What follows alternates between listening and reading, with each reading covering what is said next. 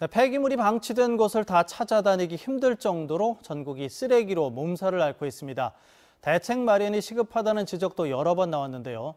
이후 대비책이 잘 세워지고 있는지 알아보겠습니다. 권인수 기자가 나와 있습니다. 권 기자. 네.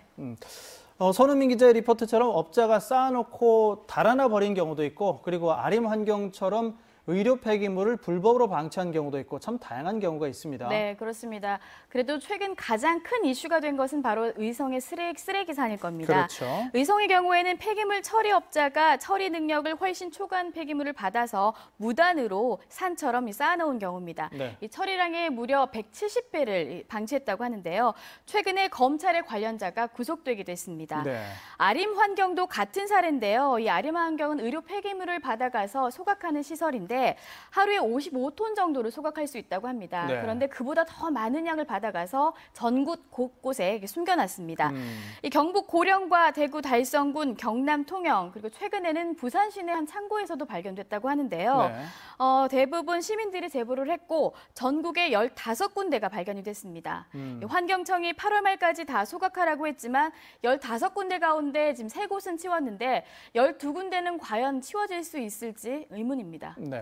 자, 그리고 지금 저기 뒤에 나오는 이 사진은 어디입니까? 네, 이곳은 성주군의 한 건축 폐기물 처리장인데요. 네. 이 철거된 건축물에서 나오는 콘크리트를 잘게 부숴서 재가공하는 시설입니다. 네. 지난해 보관량을 40% 이상 초과한 것으로 드러나서 성주군이 과징금을 부과하고 처리 명령을 내렸는데 이 처리를 했다는 보고서를 6개월이 지나도록 아직 제출하지 않았다고 합니다.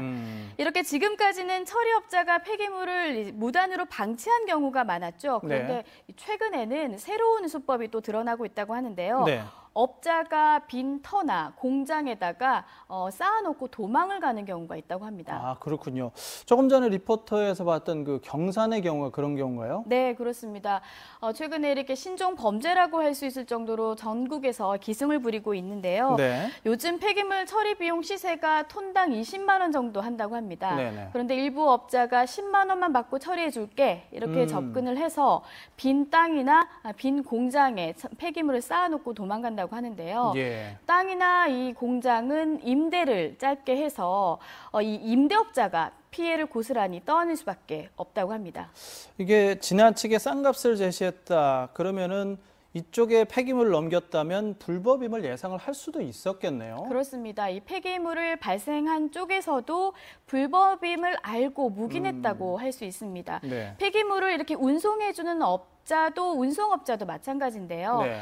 적법하게 처리를 할 수 있는 곳에 이제 운반을 하지 않고 빈 땅이나 빈 공장에 가져다 달라고 하면 이게 불법임을 인지할 수 있다라고밖에 볼 수 없거든요. 그렇죠. 그래서 여러 가지 박자가 잘 맞아 떨어져서 이런 범죄가 가능했다고 봅니다. 네.